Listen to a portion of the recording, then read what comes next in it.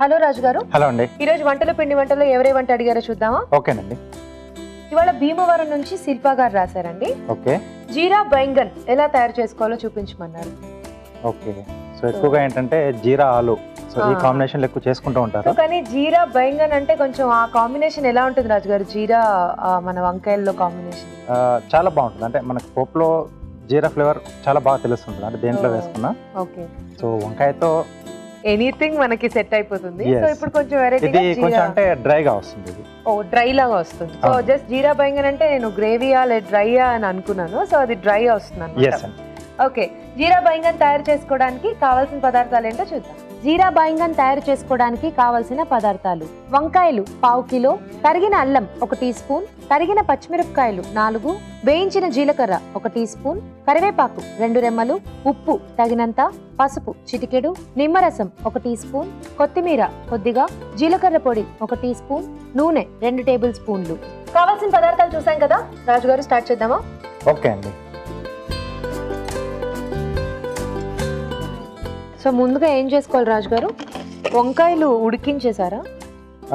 అంటే ఒక 2 నిమిషాల కోసం అలా హాట్ వాటర్లో వేసి తీస్తాం, అంటే బాయిలింగ్ వాటర్లో జస్ట్ అలా వేసి తీసేసేయాలండి. ఎక్కువ మరీ కంప్లీట్ గా లేదు, అంటే కొంచెం పీసెస్ పెద్దగా తీసుకుంటాం దీంట్లో, కాబట్టి అలా కొంచెం వేడి నీళ్ళలో వేసి తీస్తే మనకు కొంచెం ఇక్కడ పోపులో ఎక్కువగా వేగనక్కర్లేదు. కాబట్టి ముందుగా కొంచెం పసుపు వేసి నీళ్ళలో ఉడికిచ్చేస్తాం. కొద్దిగా నూనె వేసుకుని, సో ఇక్కడ జీలకర్ర కూడా మనం వేయించిన జీలకర్ర వాడుతున్నాం, అంటే ఈ టేస్ట్ అనేది కొంచెం డిఫరెంట్ గా వస్తుంది. సో వేయించిన జీలకర్ర మనకి ఫ్లేవర్ ఇంకా ఎక్కువ ఉంటుంది కదా వేస్తున్నప్పుడు. కొంచెం జీలకర్ర క్వాంటిటీ కూడా కొంచెం ఎక్కువగానే పడుతుంది. ఇంకా మెయిన్ మనకి బేస్ జీరా కాబట్టి. సో దీంట్లోనే తరిగిన అల్లం, పచ్చిమిరపకాయలు. సో ఇక్కడ కారం మనకు ఓన్లీ పచ్చిమిరపకాయలు అండి. మళ్ళీ కారం ఏం సపరేట్ గా యూజ్ చేయట్లేదు? లేదండి. కరివేపాకు,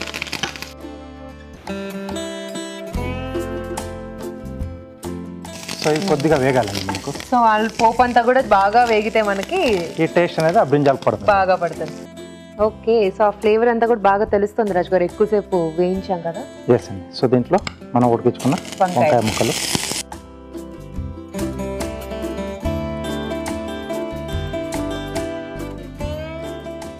సరిపడా ఉప్పు,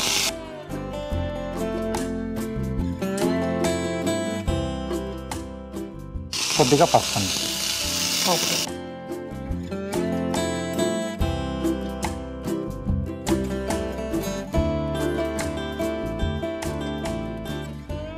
ఇంకా దీనికి మళ్ళీ జీలకర్ర పొడి కూడా యాడ్ చేస్తామా రాజు? కొంచెం అండి. సో ఆ ఫ్లేవర్ అనేది మనకు కొంచెం బాగా తెలియాలి కాబట్టి. సో చూడండి, జీలకర్ర మొత్తం కూడా ఆ ముక్కలకు బాగా పట్టేసింది. అంటే తింటున్నప్పుడు కూడా జీలకర్ర మనకు అలా తగులుతూ ఆ ఫ్లేవర్ కూడా బాగా, వేయించిన జీలకర్ర కదండి, ఆ టేస్ట్ అనేది కూడా బాగుంటుంది. సో దీంట్లోనే ముక్కలు వేసి చేసుకోవాలనుకుంటే కొంచెం సైజ్ ముక్కది చిన్నగా చేసుకోవాలి. సో కాబట్టి నేను కొంచెం పెద్దగా ఉంటే బాగుంటుందని చెప్పేసి ముందుగా కొంచెం ఉడికిచ్చి వేసేసాను. ఓకే. మనకి ఇలాంటి ఫ్రై లాంటివి చేసుకుంటున్నప్పుడు కొంచెం పెద్దగా ఉంటేనే బాగుంటుంది, ముక్కల్లా అలా తీసేసుకోవటానికి. ఎస్ అండి. సో దీంట్లో కొద్దిగా జీలకర్ర పొడి, ఓకే,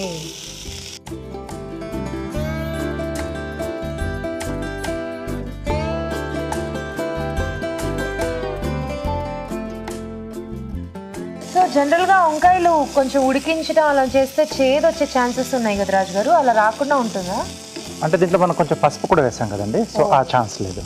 ఓకే. సో ఎప్పుడన్నా ఉడికించుకోవాలన్నా కూడా ఒక చిటికెడు పసుపు వేసుకుంటే బెటర్. అది కూడా ఇక్కడ మనం ఎక్కువ బాయిల్ చేయలేదు కదా, హాట్ వాటర్ లో అలా వేసి తీసేసాం. సో ఇక్కడ స్టవ్ ఆఫ్ చేసేసి కొద్దిగా నిమ్మరసం అండి. బాగుంటుందా రాజు గారు నిమ్మరసం ఫ్లేవర్? కొంచెం లైట్ గా బాగుంటుందండి పులుపు. సో అంటే ఇక్కడ మెయిన్ గా జీలకర్ర వేసాం కదా. అవును. సో దానికి ఈ ఫ్లేవర్ అనేది బాగుంటుంది.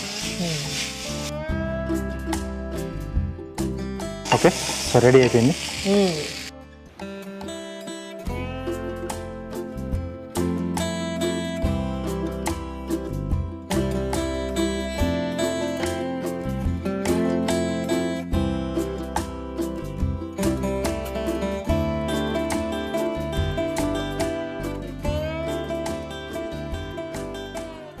సో మీరు పచ్చిమిరపకాయలు కారం తప్ప ఇంక వేరే కారం ఏమి కూడా యూజ్ చేయలేదు ఇక్కడ. అవసరం లేదు, సరిపోతుంది నాకు తెలుసు. బికాజ్ మనం ఆ జీరా ఫ్లేవర్ అవన్నీ కూడా డామినేట్ అవుతాయి. మళ్ళీ మనం కారపొళ్ళు అవన్నీ ఎక్కువ వేసుకున్నా కూడా.